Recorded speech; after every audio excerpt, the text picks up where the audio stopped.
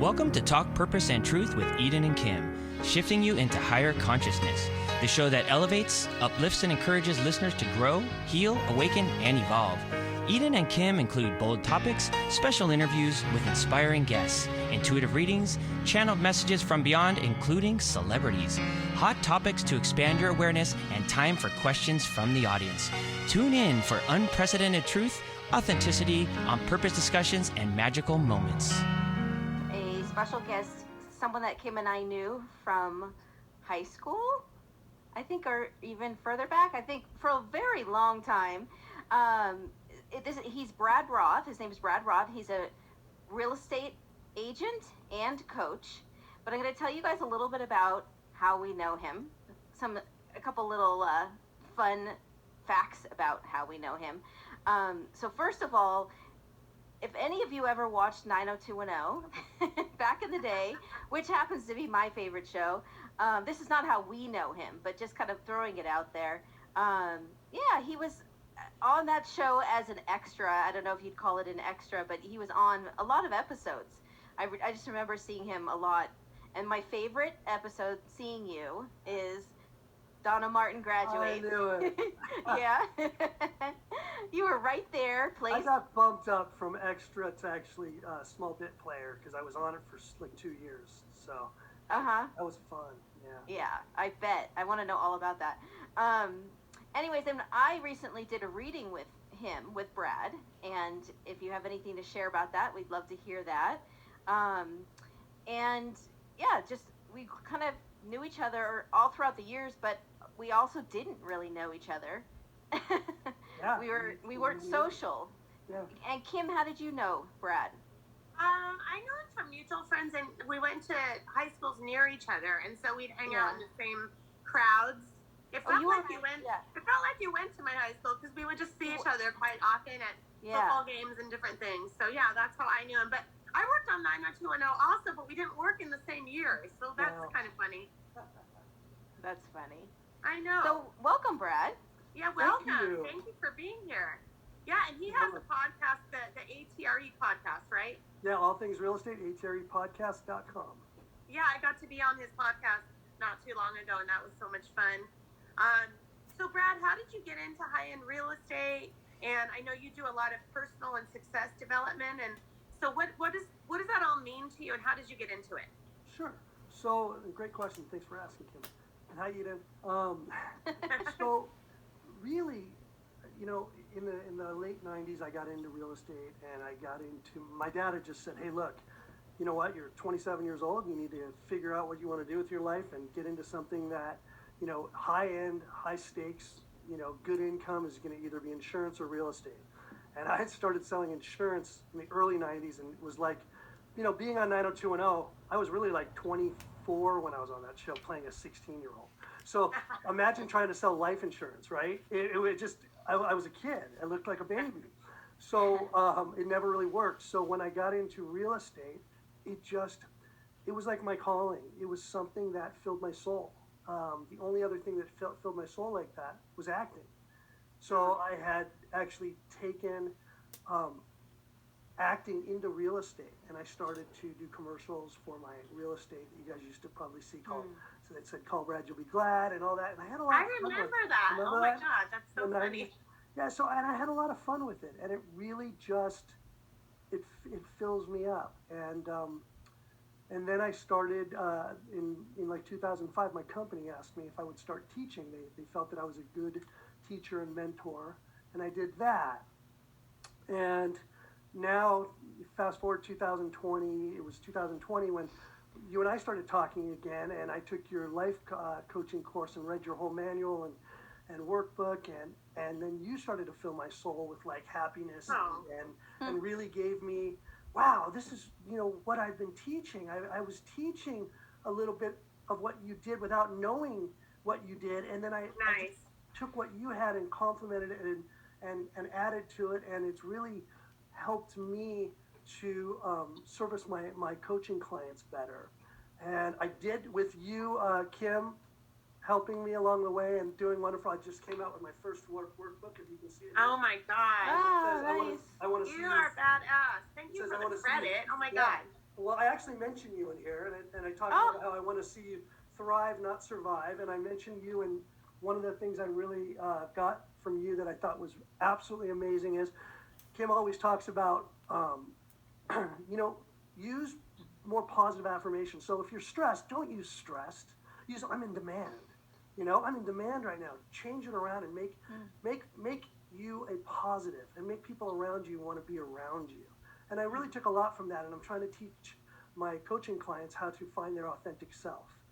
And I love it. so I learned those communication words from New York, and she was one of our past guests. So wow. I love it. All goes full circle. It does, and I appreciate it. And then if I could talk about Eden, if you don't mind for a moment. Sure, go ahead. So Eden, I hadn't spoken to in years, and Kim had mentioned that Eden was a spiritual healer. And is that correct to say that? Spiritual healer, or how would you? Yeah. Medium, yeah. Medium? Okay, well, anyway, my heart was in great need of healing.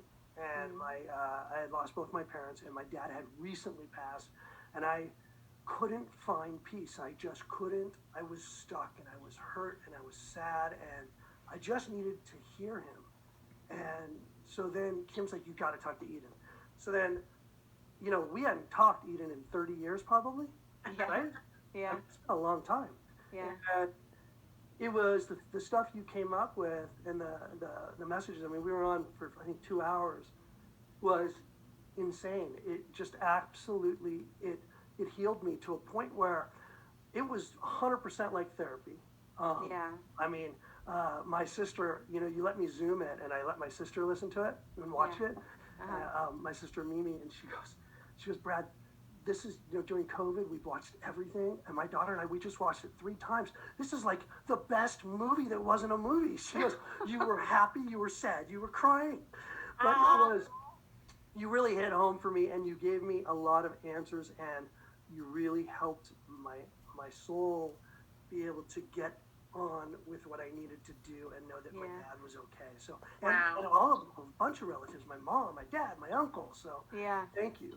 Oh, you're so welcome. What an amazing confirmation that what I do is healing. Yeah. But oh my gosh, I'm just so happy for you too. Brad, my dad still says that because he would never go to therapy, and he had a lot of issues, and his one reading with Eden was so profound. He still tells people he feels like he went to years of therapy for it. Oh, she's incredible. It was incredible. And, it actually, I don't know if this makes sense. It made me lighter. Like, everything around me is lighter.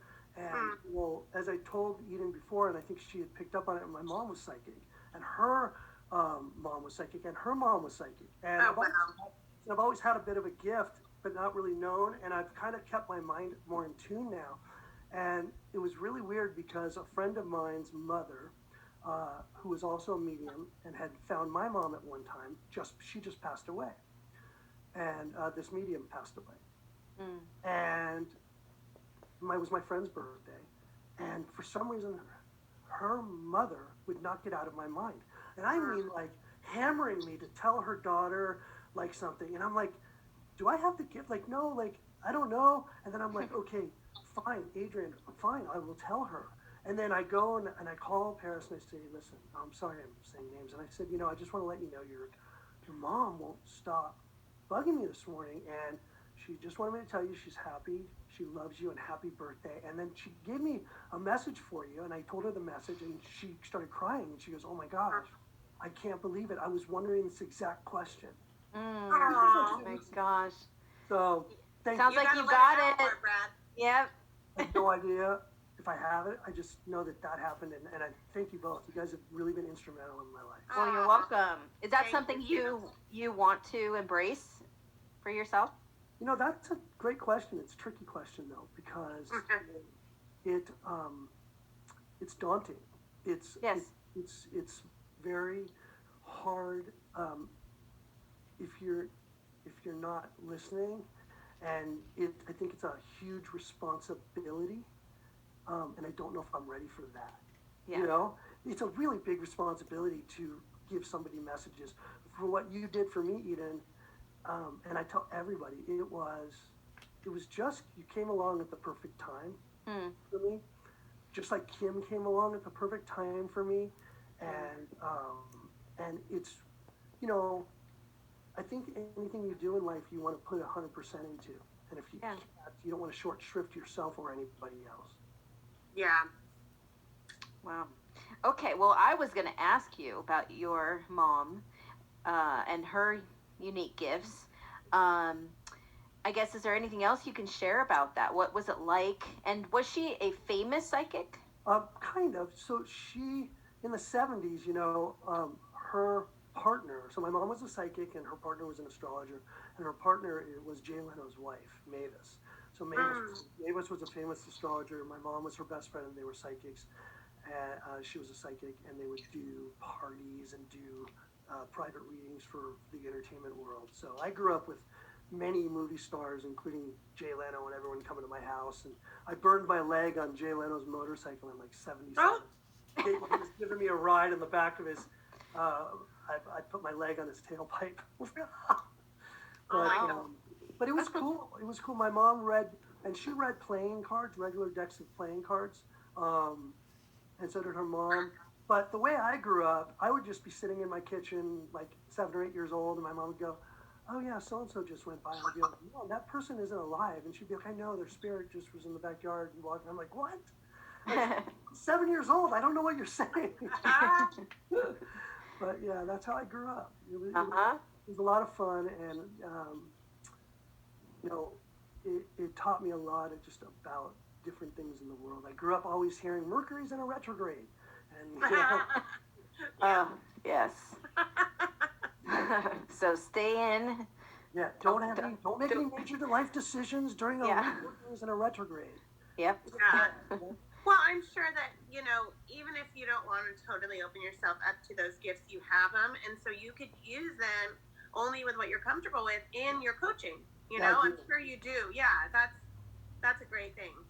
Yeah, Kim, you're 100% right. I've really learned to use my intuitiveness and really look when I'm coaching someone, and especially with the questions that you've kind of prompted me to ask people. I really love them because you can probe people in just the right way and then pay attention to what their responses are.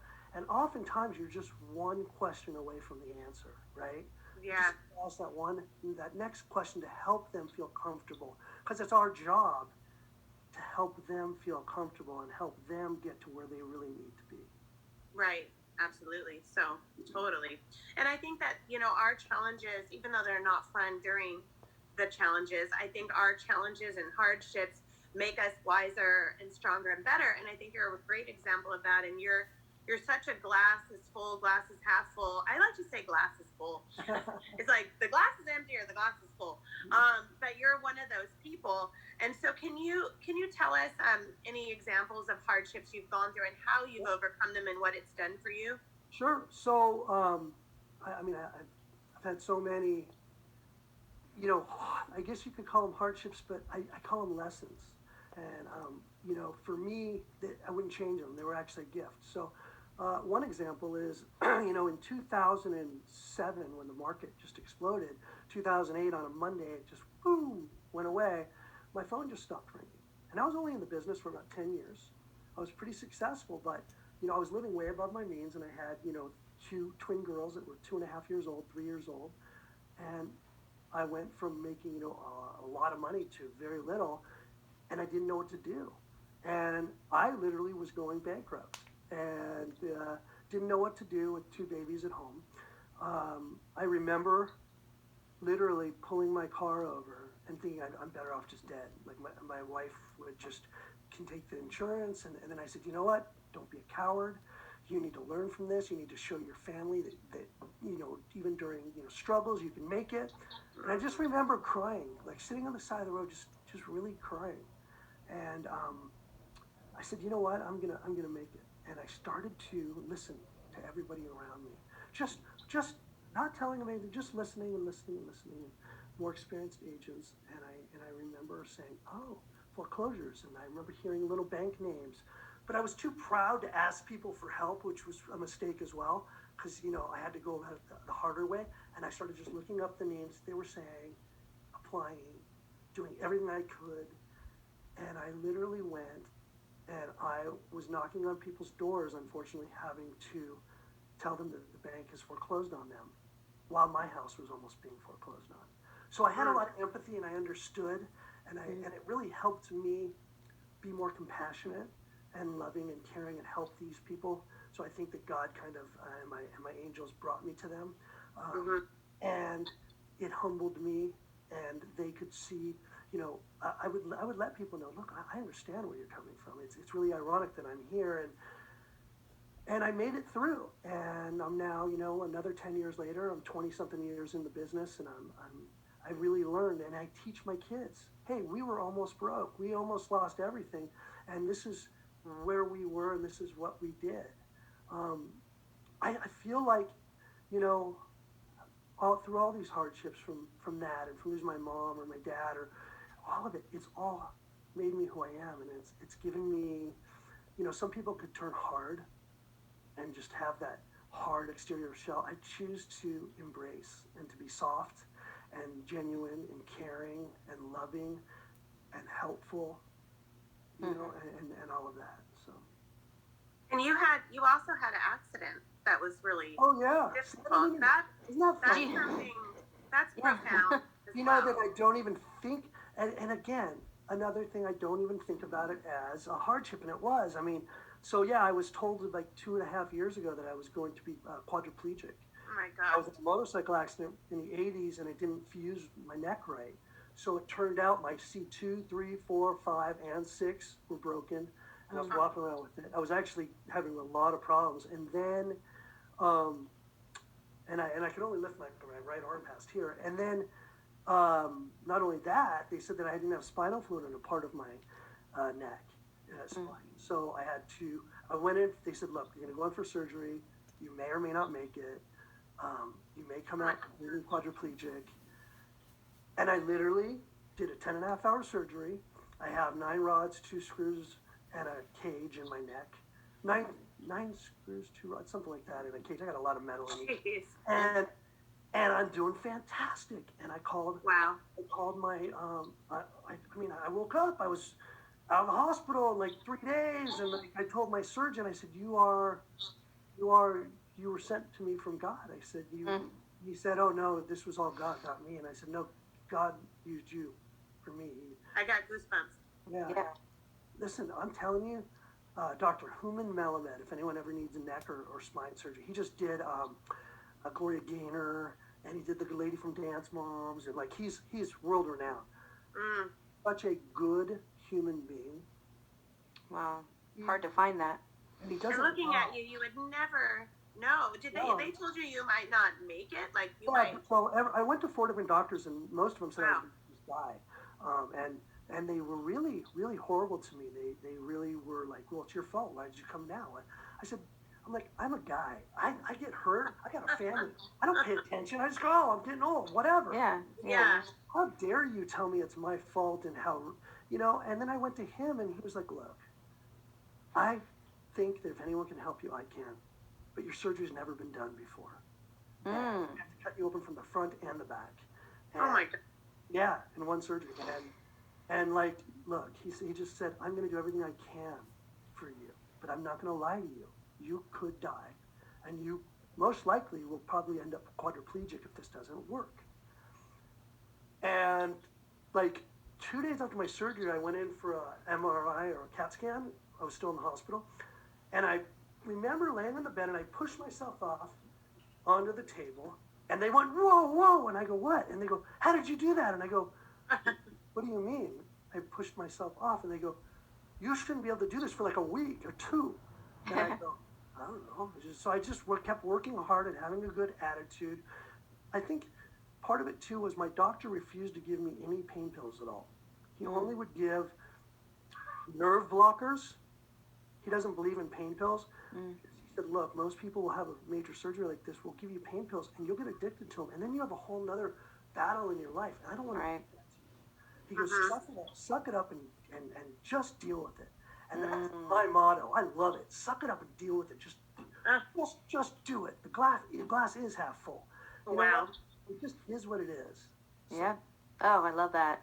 Oh my God. And you're meant to do more motivational speaking. You have it in you. Like I can just your sayings and you have your workbook now. So I'm waiting for you to do more. You got to come back and tell me in a few months, like, oh my God, I'm booked on these 6 things now. I'm motivational speaking. You can use this. That's my next thing. Yeah. Yeah. And that's my next thing right now. It's funny you said that, Kim, because I just started writing, like yesterday. I'm going to write a series of workbooks as well as, I think I'd like to start maybe flying all over the country and do like 2-day seminars for real estate agents, almost like a success boot camp. I copyrighted the name Superstar Sales Agent years ago, and I'm thinking maybe using that and flying around the country with maybe a few other people and getting people together and really giving some good information to Nice. I love it. Our last guest, Monique, would be a great part of his team. I know. We'll have to connect you guys. She's a real estate investor expert. Love to have her on the show. Yeah. I'll have to connect you guys. That'd be great. Oh, yeah. Okay, so you talked about how acting fills you up. Do you still act? I do. I know you do your podcast. So yeah, what are you doing with that? So I have an agent, and I go out on auditions. When they ask me to. I did about 3 years ago. I did General Hospital. What? Yeah. That's my other favorite. You were on my 2 favorite shows. And we always have people on this show from General Hospital. I just got a 69-cent residual check. My daughter was cracking up. Okay, what did you do on there? I need to know. So I was in a gang. I guess one of the gangs. I'm not sure if I was in Sonny's gang or his rival's gang, like a mafioso, but I was on the run, and so they show like this what do you call it, a mugshot of me, and they're talking about it, and then cut to me getting shot in a hotel, and then dying with the 2 police officers over me, and so I was a big star for a day. I yelled, oh, help me, I don't want to die. And that was it. It was a lot of fun. Had a great time on the show. They were great. And then I've been doing little passion projects. I've been doing shorts. You guys, Kim talks a lot about mental health. Both of us on the show, Yeah, I love watching you guys on that. And you guys, I did a short. I don't know if I've ever sent it to you, Kim, or I know I haven't sent it to Eden. But I did one called Before I Leave. And I was the star of it. And it's all on suicide and mental health prevention. And I got to tell you, it was one of those projects that I was just so proud of when I did it. And we won a film festival in Chicago over it. And it's only like 6 minutes. I'll have to send it to you. But it is just one of those things that filled my soul, because I knew that I was portraying something that was going to hit someone. It's so important to do that, to find things that fill us up. Right.